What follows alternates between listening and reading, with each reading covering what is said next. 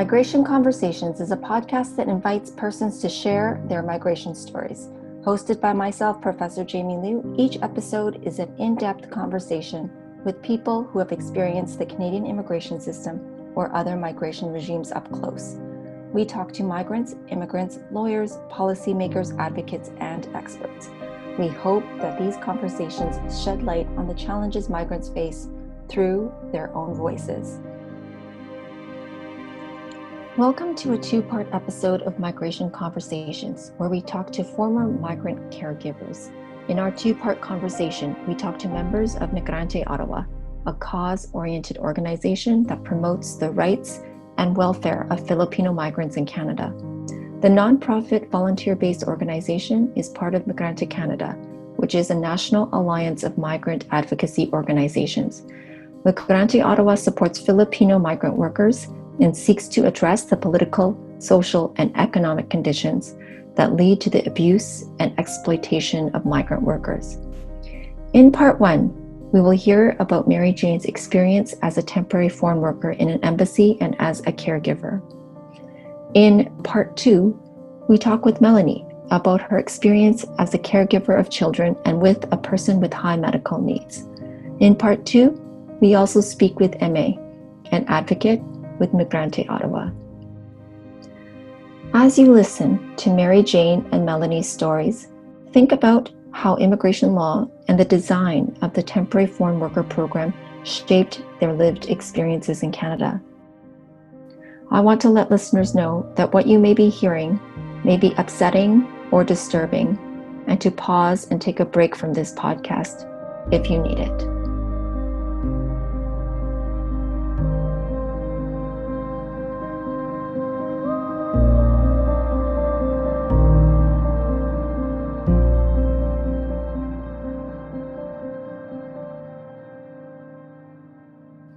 Welcome, everybody. I'm so honored to have you with me today to share your knowledge and wisdom. I think what we'll do is we'll begin with Mary Jane, and I'll ask you first if you can share with us on why you decided to come to Canada and how you were able to do so. Okay. Hi, I'm Mary Jane.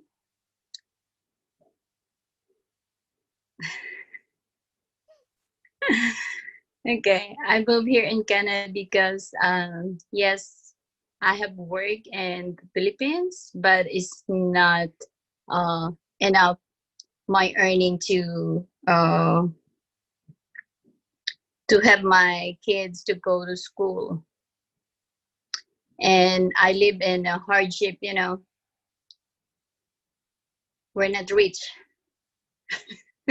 So I have to work hard.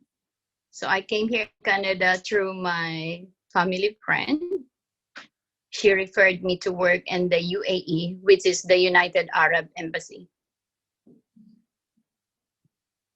So I understand that you came here as a temporary foreign worker after acquiring a job with someone who was working at the UAE Embassy here in Ottawa. Can you tell me what you thought your job was going to be at the embassy and what it actually entailed when you arrived in Canada? Actually, when I first saw my contract that they sent to me to work in United Arab Emirates, they told me as an organizer in the United Arab Emirates Embassy. But when I came here, June 5, is not only an organizer, but as a nanny too, with two children. So you had understood your job to be working as an office administrator, organizing things at the embassy, organizing events, but in reality, when you arrived... just an organizer in the event. That's what I understood, because I also trained in the Philippines at least 2 months to have this kind of how I can do the job description that they told me as an organizer. So I learned from, I enrolled at least 2 months for they called it a hotel and service restaurant, just to know how you can do it as an organizer of the event. That's what I need to do before I came here to Canada to work in the embassy. When you arrived, however, you discovered that you were being asked to take care of 2 children. That's correct? Yes. And can you tell me what your duties were as a caregiver of children? Yeah, when you did not know that you were... Okay. As a nanny, I took care of 2 kids, which is 12 years old and 7 years old. They are boys and girls. And I have to, from the morning, I have to prepare their lunch bag to prepare going to school, other stuff, tidying up all the school supply that they need, and making sure that they are, in good, uniform. Their hair, they need to tidy up and make all these things, like, preparing all things that they need to bring to school. And from there, I have to be accompanied with the driver and the kids to go to school. And when we get to the school, I have to return back to do my household chores, which is like, washing their clothes, tidying up their dresser, bed, and cleaning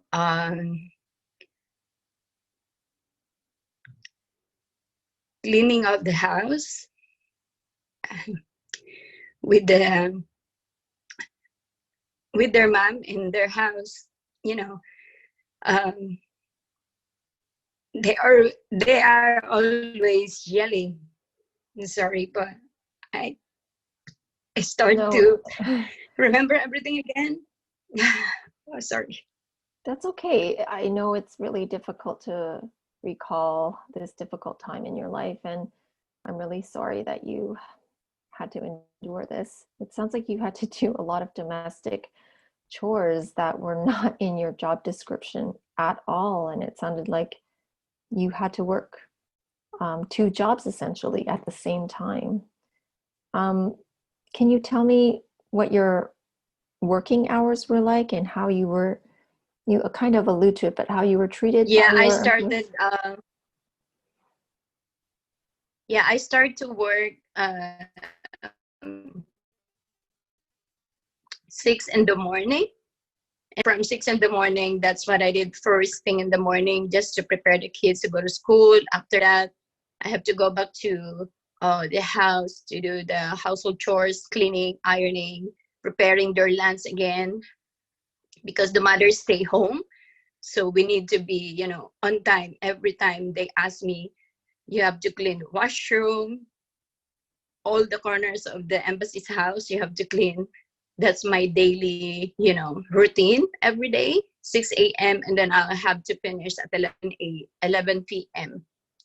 If there's a party, I always stay late, at least 1 o'clock to 2 o'clock, because there are guests that is separated from 2 floors. Because in the Muslim country, they have this culture that you have to separate the men and women. So because I'm the only is that Catholic serving on that house, so I am the one who can serve the men and women, while I have another nanny that they can only serve the women. But me, because I'm a Catholic person, so I have to serve 2 floors. That sounded like a lot of work, and I'm Yes. And it sounded like your employer did not respect your time or your job description. Not at all, because for them, it's my job. So even it's late, it's my duty to finish all the chores before I go to bed. Did you ever feel comfortable talking to your employer about the hours or the kind of work you were doing?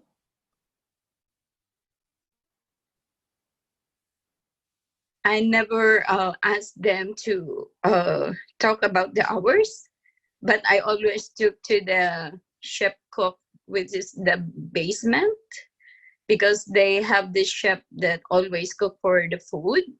We are only preparing their food, but other people cook for their food.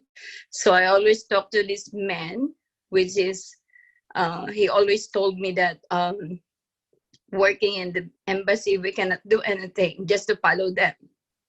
But I said, it's not the way we need to work. But he always told us that, what we're gonna do. We're all in the same, situation. If you're the driver, if you are a chef, if you are a nanny, and if all other stuff, it's all in the same situation. So you never felt like you could talk to your employer openly about what you were feeling? No, because every time you ask, politely ask a question, they yell back to me. So I'm really scared because I'm not used to yell. I always, in a way that you can ask me nicely. What did you think would happen to you if you confronted your employer about your working conditions? For me, I think they're gonna be restricted for me, or do something else that may be out of the embassy, or something that I don't know what they can do for me, because I'm so scared at that time. So I never asked for my condition, that is, long hours to work. I never complain. I keep working. Why were you scared of them? No, because at that time, I'm just new in Canada, and even I have my sister. I can, visit her to, to tell her that, oh, my situation is like this and like that, because I can't, go out. I have no day off at all. So you worked 7 days a week? Yes. 7 days a week from 6 a.m. to around 11 p.m. working 11 p.m. maximum. Yeah, working 2 jobs, including the caregiving of children and the organizing of events that could go late into the night.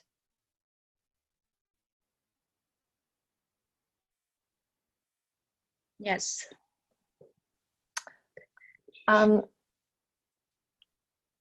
Thank you for sharing. I know this is difficult to retell this experience.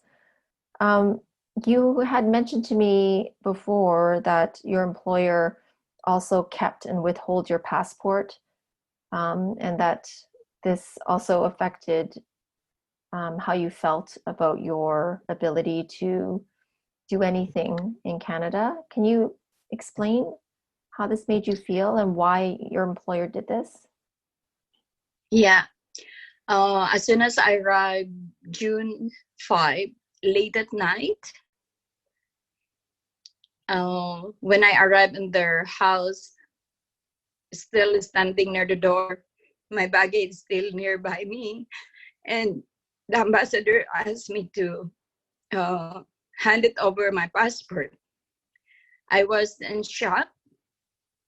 Not any words, came out from my mouth. I just looking at them. It's like asking, but never anything word come out. So when the ambassador said, all the staff that is working, in the embassy, they give to keep their passport at the office. So at the time, I can do anything just to hand over it to them. I have no choice. You also described to me that you had no privacy because you were living in the house, the same house as your employer. Can you describe how you had no privacy and how your time was not respected and that it was always encroached upon? Yeah, because I live with the embassy's house. We have a room, but I have a roommate. We have like this kind of, bunk bed. We have sleep together in the same room. And they have this culture that she's also a Filipina, but she's a Muslim. And she, every time she had to pray so many times a day.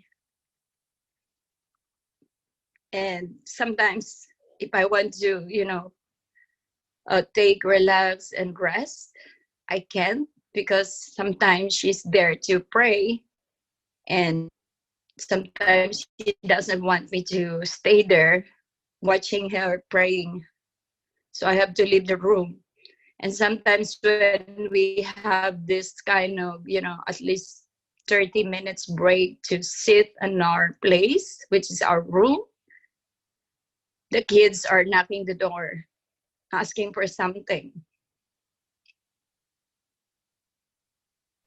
It sounds like that you were working even though you were off. Even when you say you were only Yes. working, Mm-hmm. you were working around the clock because the demands were at your door. Yes, just near the door. How long were you working in this situation? I've been there since June to February 12th, so almost 8 months.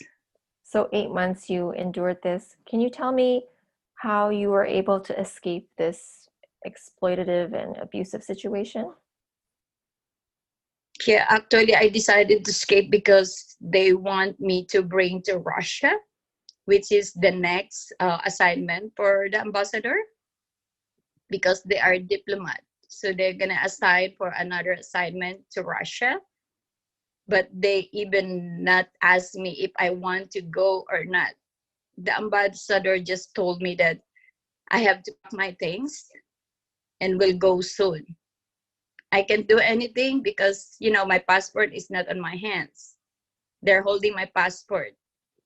So from there, I keep thinking, since they told me that we're going to leave soon, I don't know when, but I start to, panic. How can I, you know, go out from this house? How can I, if I try to ask the ambassador, I'm going home back to the Philippines because I have these kids, my family waiting for me. But um, the ambassador said, no, you cannot go home. You have to go with us. So I said, I want to go home. That's the only thing I need. And then the ambassador refused because he said, you're going with us. So from there, I have to, decide not to go. So I need to escape. I just, waiting for the right time. And that right time when there is a celebration, which is the wife's birthday of ambassador, because all over the house of the embassy has this security alarm that when you open the door, they're ringing even the window, and there's a 24-hour security guard. So at the time, while I'm serving them for their food, I try to open a little bit the door, just not to touch the magnetic alarm. And then when I ready to, escape, I'll try to put all my stuff that is easy to wear, but I know it's freezing outside at the time. But the only thing that I have to go right that day, because if not, I don't know what is happening if I can escape at that day. So when I step out the door, I'm really scared feel so nervous. It's like I'm shaking. I don't know if it is shaking with nervous or cold. I really don't know. I just keep praying that hopefully they are not catching me up when I, at the gate. It's hard for me to open it because, when you feel nervous and scared, it's hard. You never know what to do really exactly. And then when I'm the street that I have to meet my sister, I lost my way because I didn't even know which street is the right way I need to go. Because at the time, I didn't go out, just only to look for the street. But because I have that cell phone that the drivers lent to me for that time, so I managed to call my sister that you have to find me because I don't know where I have, where I am right now. I can see the street. It's so dark, freezing and windy. So they managed to find me, but I'm only just, standing near the trees just to find me. But, really, really scared because a lot of cars coming. I thought they're coming for me, but it's not. That's such a frightening. It's very hard.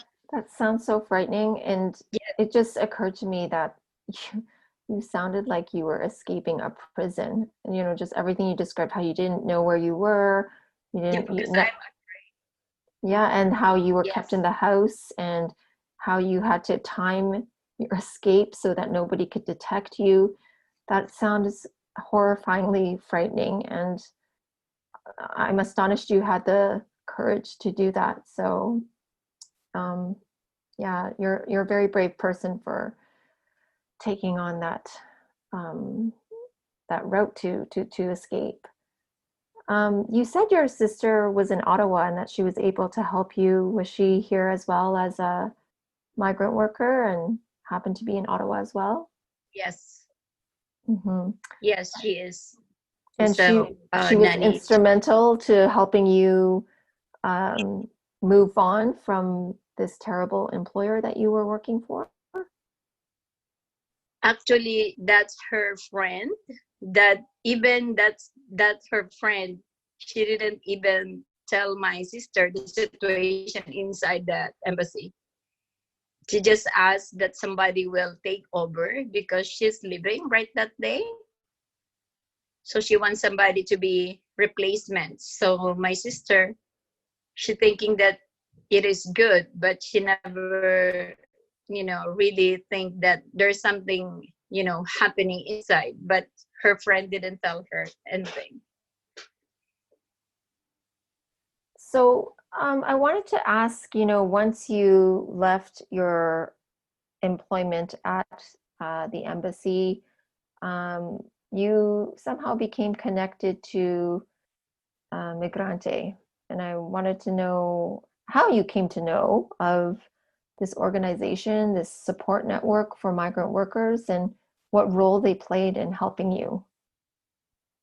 Yeah, actually, after I escaped at the embassy, and there's a nearest store that they call the Divisoria store, which is a Filipino store. That this Migrante organization, they are always there to help some other people too, as a community of a Filipino community.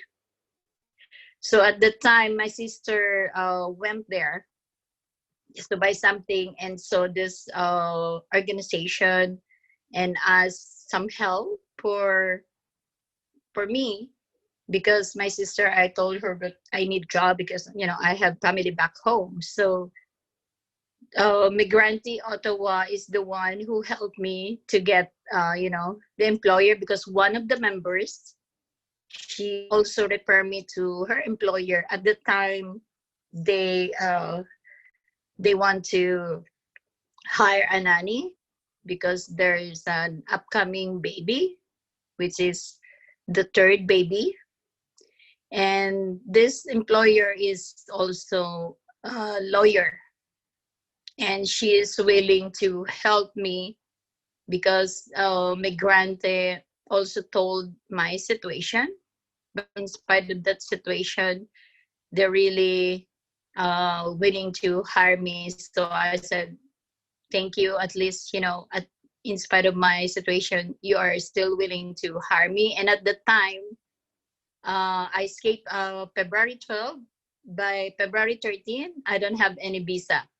They cut off by the embassy because I have no passport. So anytime they can, cut off my visa. At the time when Migrante start to help me, they start me to ask, what is my status? I have, for now, I don't have status any, I have no visa at all. And they asked me to really help me to do the paperwork to extend my visa. That's the first step I need to do. Well, it sounds like an amazing support group that Yes. They helped you immensely in getting you your status after you leaving or fleeing your employer, and also connected you with your future second employer, who seemed like a much better employer than your first employer. Can you tell me a little bit about your job with the second employer and how that differed from your experience from the first employer? My new employer is a really nice family. She had 3 kids, 2 girls and 1 boy, and they treat me well. They are very generous for all the things that they think that I need. And then they're very supportive with my family back home, because I told them my story about my young one, because when I left in the Philippines, I have this 4-month-old baby, which is very young. And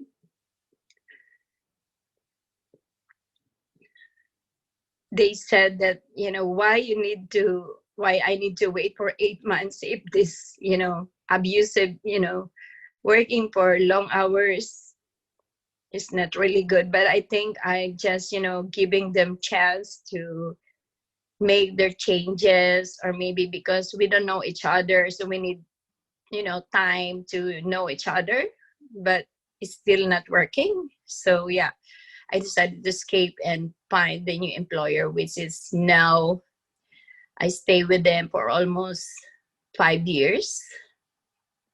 And the employer, kids are very nice. All the family, even the mother and the father of both sides of my employer, they are really nice. And you can feel the love that, even you're far away from your own family, there is some family that's willing to, to give you comfort. Even you're working with them, but yeah, working with them is give me a lot of hope that someday I may be with my family. Yeah, it's terrible that the program was designed to recruit migrant workers to come to Canada to do important work, to care for people that we love, but that you couldn't bring your loved ones with you. You had, at the time, children in the Philippines, and you said you left a baby at 4 months old to come to work in Canada.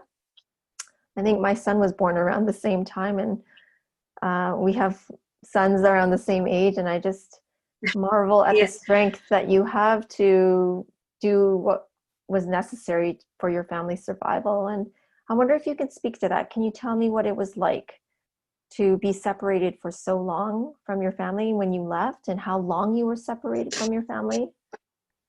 Yeah, actually, I was separated from my family with my kids for almost 12 years Before I came to Canada, I have to work in Hong Kong for 6 years. And then I came here to Canada for another 6 years before I, sponsored my family. Yeah, because at the time you have to, when you are here in Canada and you're in the live in caregiver program, you have to finish your contract or the 3 years contract with your employer before you apply the permanent residence. And when you did from there, at least for me, it took 15 months before I received a permanent residence here in Canada. With the support of my, employer and Migrante, I managed to fill out, a lot of documentation. How did that affect your family relationships? Being separated for 12 years, you basically did not see some of your children grow up very much. Yes. I've been in Hong Kong for 6 years, and I've been only 3 weeks to stay with them every 2 years to have vacation. And when I'm here in Canada, the first year, because with my second employer, from embassy to my live-in caregiver, 2012, and by 2013, because my new employer is a very good person, so they pay for my ticket to go home just to see my family.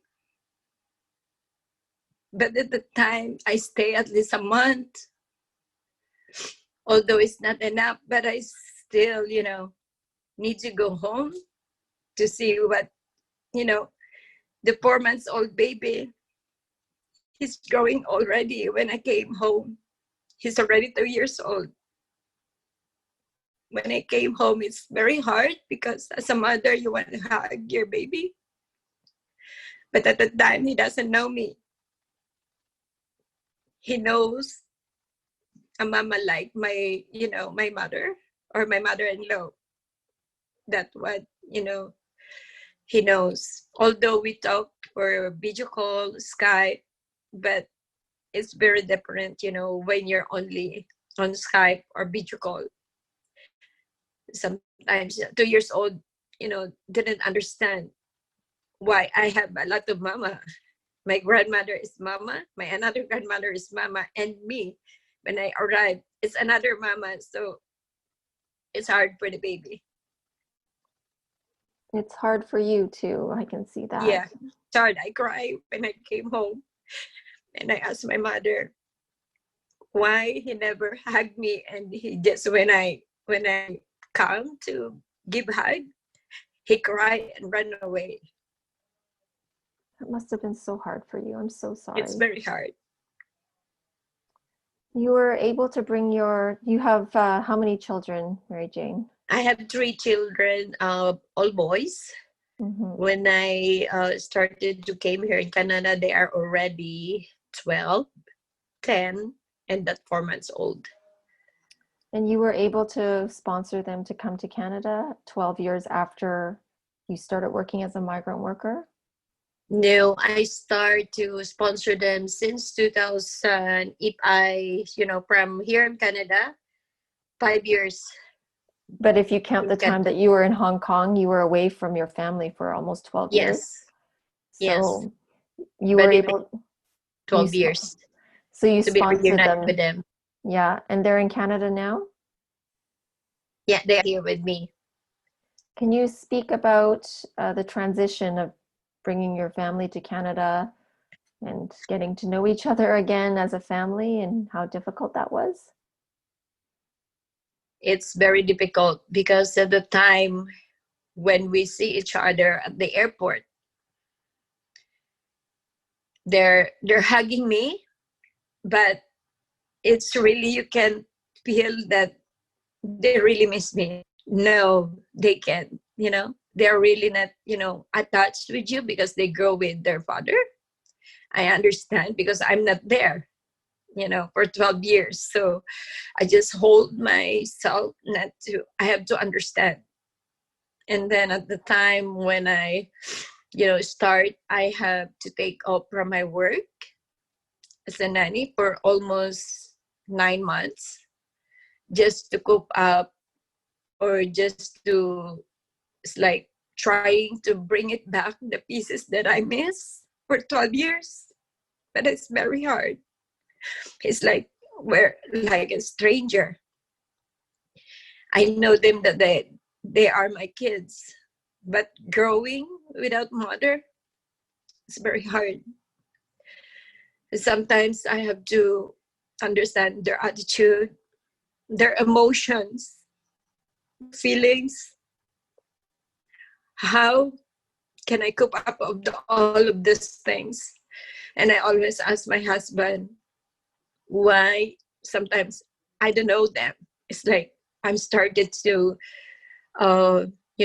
start from where I left, because they're very young when I left them, in the Philippines. So when we reunite, they're already teenagers. That must be so hard. Very hard.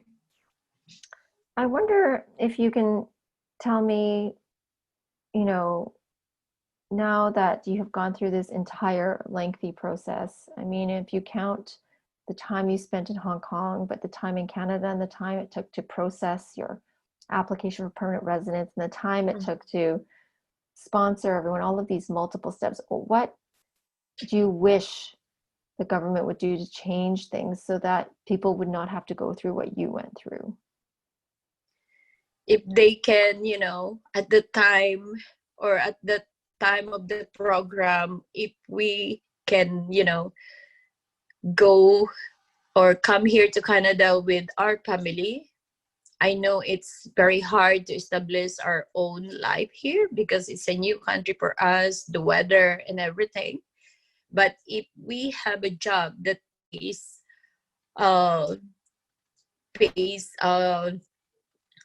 what is that, a salary that can live, it's like pays enough to live. I don't think we're gonna, I don't think we can survive. But at least if you have a pay that, enough to live, family is always, get together to hold whatever it takes. That's one thing that I want to, have changed, that, if they can come together. I know it's very hard, but if you can come together with your family, it's more better than you came here alone and waiting for a long time, separate from your family for a long time. There's lots of changes. There's lots of, happening that sometimes, it's hard to hold. You never know. Every second, every minute, there's always, anything can happen. And you don't know what is really, the future that comes. Yeah, you had to pay a very heavy price to bring your family here to Canada. You had to work a long time away from them, alone in the country, a new country.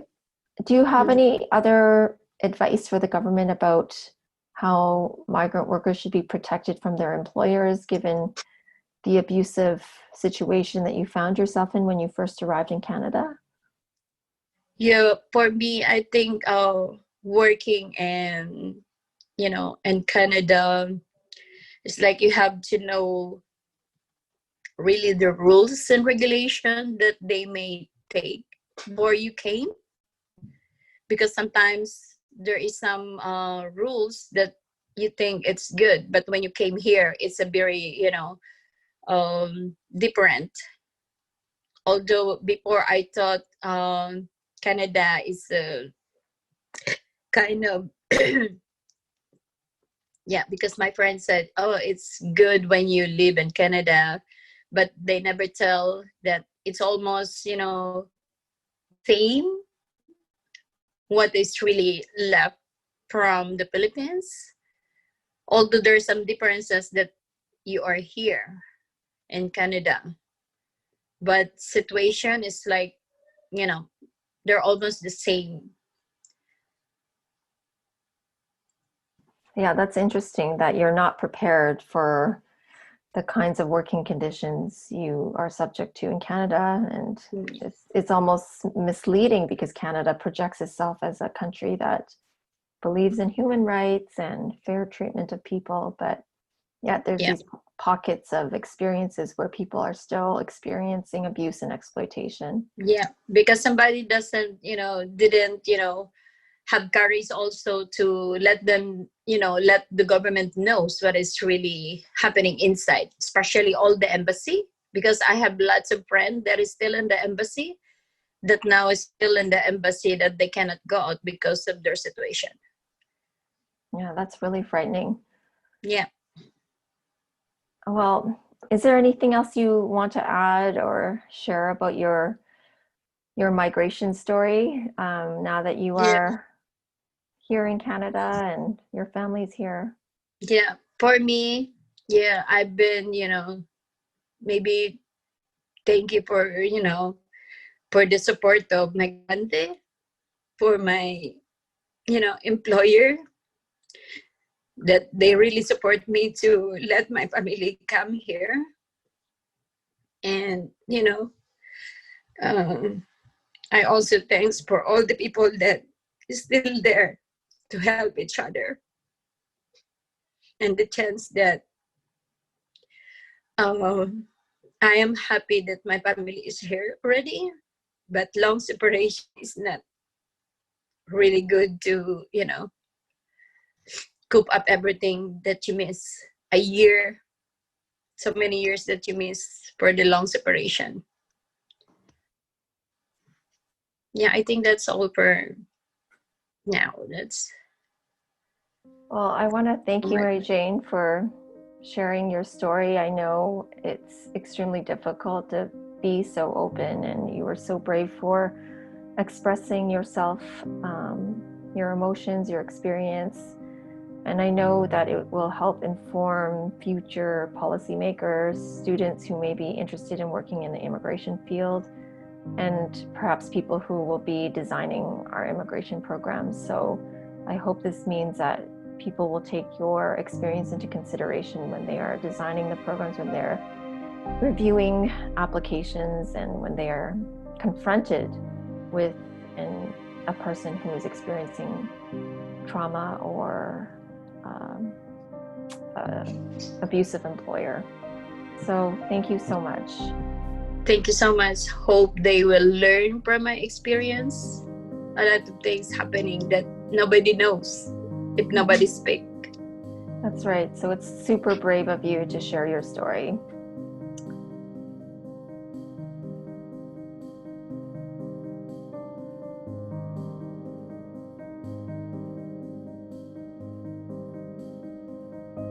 Migration Conversations is created and hosted by me, Professor Jamie Liu, and produced by University of Ottawa Tech Law Fellow June Gleed.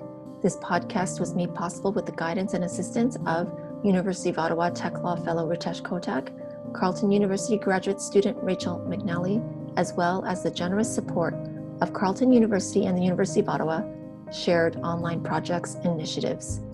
You can find more Migration Conversations episodes on Apple Podcasts, Spotify, Google Podcasts, and YouTube with closed captions. Thank you for listening, and a special thank you for all the guests who have shared their experiences publicly.